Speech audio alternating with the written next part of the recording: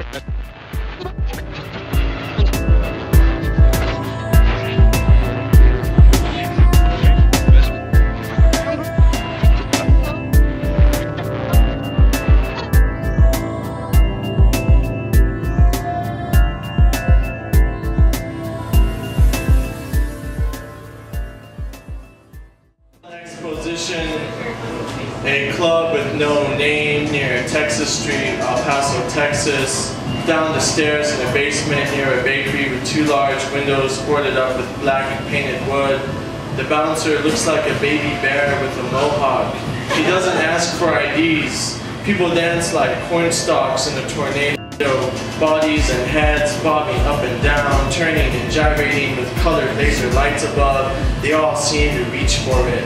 A girl with color-changing hair and cheeks, red, blue, yellow, purple, green, blue, courtesy of the multicolored lights. She has a sweat-glossed chest and moves like a plastic bag in a heavy stream. The promise of cocaine gets her into the men's restroom. A man in a pink fedora watches us and grins, rubbing his chest. We snort lines off her blue compact mirror. Her eyes roll back with each snort. The back of my throat is numb. I gag trying to swallow numbness. She puts her tongue in my mouth and we do two more lines. For the show, she says, after one more bump, and dives into a field of people caught in a strobe light, hands that vanish and appear, and a girl that melts into it. Next is a girl at Cincinnati bar. Her name's Ale. She has to tell me her name 5 times. I can't recall why or when my arm went around her neck, or why I'm sharing a cool cigarette with her. We're outside on the patio near the divided bar. One side serves food and plays techno music. People dance near a disc jockey table. The other side focuses on drinks, has a peanut shell covered floor, and the song Intimate Security by the Racketeers. I drink the cheapest gin. She drinks cranberry and Grey Goose. She pulls me from the collar of my Red Express button-up shirt and kisses me, sucking on my tongue with her icy lips, then biting and teasing the tip with her chilled tongue. She has a cold sore, the size of a cigarette burn at the right corner of her mouth, and the shape of a white water balloon and a red tomato crust pit. A gorgeous girl, I think. I take another drink. She takes me to her place in Martin Village where the university students live. I wake up in the backseat of a 92 Chevy Cavalier that's not mine. In the pocket of my Armani blazer are 3-inch bottles of Bacardi. 1, 2, 3. I drink. I dig in all the inner pockets, 4 or 5, open one, and drink again. I hear the sound of a whopping bass from a party nearby. I vomit a yellow liquid when I open the car door. I stagger out and drink another one while walking up a grassy lawn. The stars spin above my head, throwing me off balance. A kid with long hair and braces sits on a concrete bench near the door. He pats me on the back as I enter. I'm sitting on the couch, finished with Bacardi. Time for Jim Beam, time for Crown Royal. 2 girls sit next to me. I look back and forth at each one. Where am I? Are you lost, one asks. I'll let you know when I get there, I reply. Outside are familiar faces. One with a blue polo hugs me, spilling a clear plastic cup of amber bog on my synthetic leather shoes, and asks where I was. Evaporated, I say, grabbing his cup and finishing it.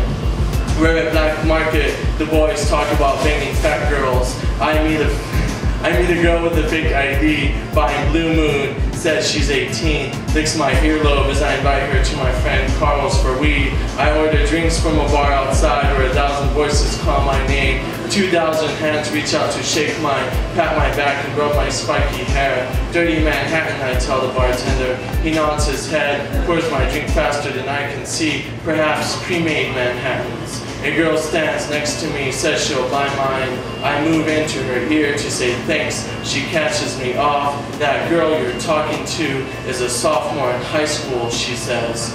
And how do you know? I'm a substitute teacher. She's on my lap later. She has a scar on her left shoulder that looks like saran wrap over brown gravy, a pink spaghetti strap pressed against it, and suddenly I can't talk to her without nausea. I'm outside in the parking lot, the back of my throat still numb, dry gags turn to vomit, yellow, sometimes clear, white, and drips like egg yolk. I tell my friends about a girl I met at the beginning, who I lost to the human field at the nameless rave. That was like 3 days ago, I'm reminded. Honestly, I thought it was tonight. I'm at the lounge on Cincinnati Street that overlooks the parking lot of Mesa Street. I can see down the girls' tops from here. I'm at Shenanigans on the Northeast where an older man who just retired from the UPS asked me if I have a rock. He pats his purple bruised arm. I meet a girl with a purple neck and ashy arms named Jeanette here, who waits until after I put on all fours on my bedroom tile floor, her hands pushing my mattress off the bed frame, smoking my weed, to ask me for $30. I'm at Bogart's, where the only woman is an elderly one with dark rings around her eyes and purple lipstick, drinking alone in the corner of the bar near an empty stage.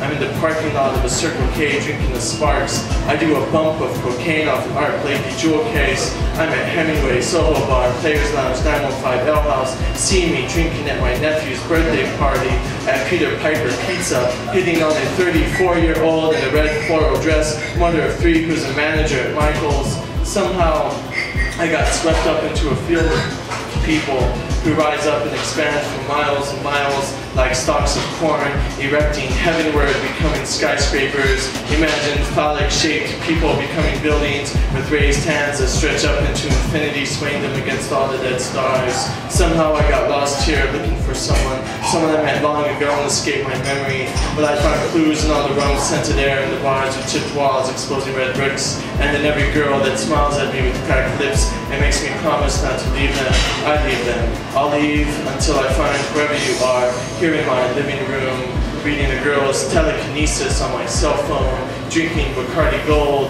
or maybe I'm outside in the park, unsure if I had just come from Cincinnati Street or if I'm going to. I chug down another Bacardi, the air is cool and a silhouette couple walks on the farthest end. A crescent moon hangs over me like a tiger claw, the back of my throat is numb, my hands are shaking as I take another sip.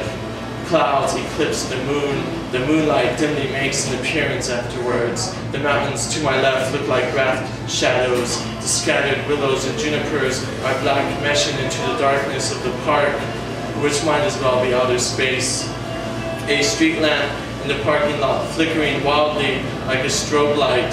It seems to pull away as I feel myself sink down onto the grass. I feel I'm going to fall through it. Looking up at the gray clouds which are starting to look like smoke, I imagine multicolored lights circling around them, covering the sky from the west. I can hear muffled music as though heard underwater.